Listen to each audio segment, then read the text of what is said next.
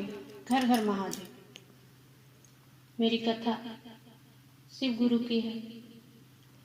यह दुख भरी कथा है, इसे पूरा सुनिएगा, नहीं तो शिव भगवान का अपमान होता है, और पूरा सुनिएगा तो ज्ञान होता है। एक दिन बात, एक गांव में एक बहू और बेटे रहती थी।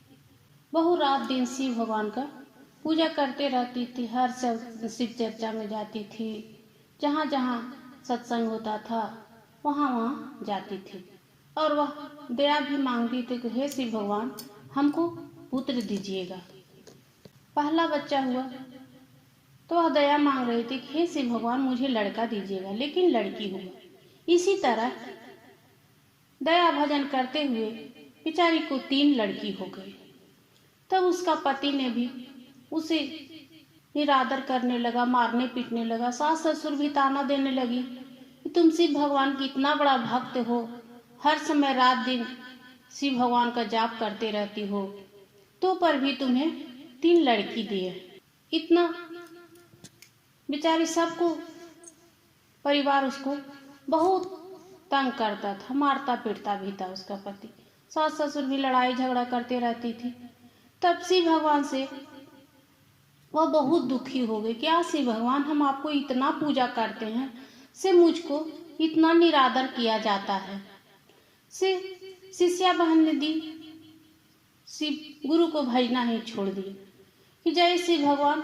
अंदर आत्मा उसका नहीं कह रहा था, लेकिन ऊपर आत्मा से दिखावा के लिए वह बोली, हे शिव भगवान, मैं आपको जाप कुछ नहीं, न शिव चर्चा उर्चा कुछ नहीं करूंगी, न जाऊंगी कोई शिव चर्चा में, न आपका पूजा पाठ करूंगी। इस तरह कुछ दिन के लिए वह पूजा पाठ छोड़ दी। एक दिन, कुछ दिन बीतने के बाद एक दिन कहीं बगले में शिव चर्चा हो रहा था, तो बेचारी का अंदर से आत्मा नहीं मान रहा था। वह तीनों बच्ची को, छोटी छोटी को लेकर शिव चर्चा में चली गई। वहां सब शिष्या बहना पूछने लगी कि आप बहुत दिन से शिव चर्चा में नहीं आन जान कर रही थी बहन। बेचारी लाज के मारे उसने कुछ नहीं बताई। कहीं मैं ऐसा ही काम धंधा से फुर्सत नहीं मिलता था, इन छोटे बच्चियों को मैं संभालती थी, इसलिए मैं शिव चर्चा में नहीं आ पाती थी। दुखी सवर में बेचारी शिष्या बहनन को बोली। उस समय भी वह दया मांग रही थी, तो वह कह रही थी, हे शिव भगवान, हे शिव गुरु, मुझे लड़का देना, ताकि मैं अपने परिवार को वंश बढ़ा सकूं, और मुझे निरादर किया जाता वह नहीं करेगा। तब पार्वती ने बोली, हे शिव भगवान, आप ऐसा निर्दयालु कैसे हो सकते हैं? यह शिष्या बहन कितना आपको सेवा करती है, कितना पूजा पाठ करती है, इसको एगो पुत्र दे दीजिए, इसका भाग्य में पुत्र नहीं लिखा है क्या? तब शंकर भगवान बोले, नहीं पार्वती, इसका भाग्य में पुत्र लिखा है, सबर लड़का ही होगा इसे। कुछ दिनों के बाद 9वां महीना बीत गया, फिर एक सुंदर सा लड़का को जन्म दिया। बेचारी खुशी के मारे एकदम पूरा गांव ग्राम भोजन उजन कराई, मिठाई उठाई बांटी। फिर उसका पति बहुत लाड़ प्यार करने लगी, और वह भी शिष्या भी अपने बच्चे को, 3 बेटी के बाद एक लड़का हुआ था, उसको भी बहुत प्यार करती थी। वह अपने सिर पर बैठाकर कुछ काम करती थी, कंधे पर बैठाकर पूरा काम धंधा करती थी, लीली घूमती थी, नीचे नहीं उतारती थी। वो इसी तरह काम धंधा लाड़ प्यार कर उसमें पढ़ने लायक हो गया। तब वह स्कूल जाने लगा। बच्चा स्कूल जाने लगा तो वह दिन भर गेट के बाहर ही बैठी रहती थी कि नहीं, मेरा बच्चा को मैं छोड़कर कैसे जाऊंगा, या कहीं चला जाएगा, मैं नहीं जाऊंगा इसको छोड़कर। दरबान भी निकलता तो कहता, बहना तुम चले जाओ, तेरा बच्चा को कुछ नहीं होगा, से वह चल जाएगा पढ़ के।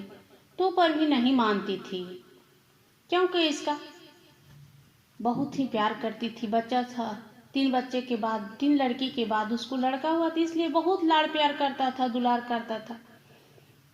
उसी तरह बच्चा पढ़ लिख कर बड़ा हो गया, तब सब कहने लगा इसको शादी कर दीजिए, इसे शादी योग्य हो गया है।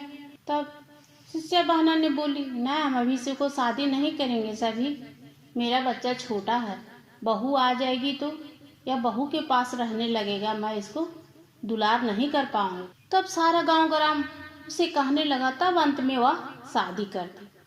शादी कर दी तो बहू और बेटे रहने लगे। बेटा नौकरी करता था और सास ने तीनों बेटी को शादी करके अपना घर भेज दी थी। धीरे धीरे शिष्या बहन के बहू ने इसको दुख देना शुरू कर दिया। बेटा तो दिन भर ऑफिस में रहता था, शाम को आता था तो बुढ़िया को सुई का इंजेक्शन, नींद का इंजेक्शन दे देता था। बुढ़िया बेचारी सो जाती थी, खान पान भी अच्छा से नहीं देती थी। धीरे धीरे बेचारी बुढ़िया खान पान के कारण बीमार हो गई। वह खांसने लगी तो डॉक्टर के पास ले गया। बेचारी जो बेटी उसको पैसा वैसा देती थी उसी से अपना इलाज कराती थी। अंत में जब ज़्यादा बीमार हो गई तब इसकी बहू ने डॉक्टर के पास ले गई। तो डॉक्टर ने उसको बोला कि इसको बहुत ही खतरनाक बीमारी है, इससे आप अलग रहिएगा। बुढ़िया ज़्यादा बीमार हो गई। उसकी बहू ने घर लाया और उसे एक कमरे में सुला दिया, अलग कमरे। जब उसका बेटा आया ऑफिस से तो पूछा, माँ को तुम बाहर क्यों सुला दी है? उसको ने समझा बुझा कर कह दिया कि तेरी माँ का बहुत खतरनाक बीमारी है, इसलिए मैं किसी दूसरे बाहर वाले कमरे में सुला दी। बेटा भी मान गया बहू के कहने पर। इधर बहू ने कुम्हार के यहाँ से जाकर बहुत सारा चुक्का ढकनी ले लाई और उसी में खाना देती थी उसको। चुक्का में पानी दे देती थी और ढकनी में खाना दे देती थी और बोलती थी कि वही खाना एक टाइम, दोनों मतलब दिन भर उसी में खाना। वह बेचारी जो कुछ भी देती थी वह ढकनी में खाना दे देती थी और चुक्का में पानी दे देती। धीरे धीरे बहू का बेटा भी, लड़का सियाना, इसका भी बच्चा उच्चा हो गया था, बहू का पोता उसका। तो वह देखती थी कि दादी को किस तरह से मेरी माँ करती है। मेरी माँ बहुत खराब है। धीरे धीरे बेचारी को ज़्यादा बीमारी हो गया, वह गुजर गई। तब एक दिन इसकी भी तबीयत खराब हुई। तब इसका बुढ़िया जो मरी उसका पोता, वह भी माँ के लिए ढकनी कपटी ले लाई और उसी में खाना देना शुरू कर दी।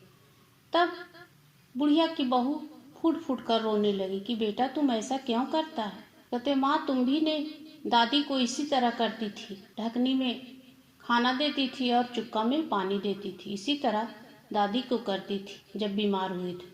तुम भी बीमार हुई हो तो मैं इसी तरह तुम्हें भी करूँगी। बुढ़िया की बहू ने अपने बेटे के पैर में गिर गया, कहा बेटा माफ़ कर देना, यह गलती मैं मानती हूँ कि मुझसे बहुत बड़ी गलती हुई है, मैं अब इसको सुधारूंगा, अब मैं ऐसा नहीं करूँ। तेरे दादाजी को मैं समय से खाना दूंगा, सेवा भक्ति भी करूँगी। अंत में बुढ़िया की बहू ने उस अपने ससुर को बेसे सेवा भक्ति करने लगी और रहने लगी। हर हर महादेव, घर घर महादेव।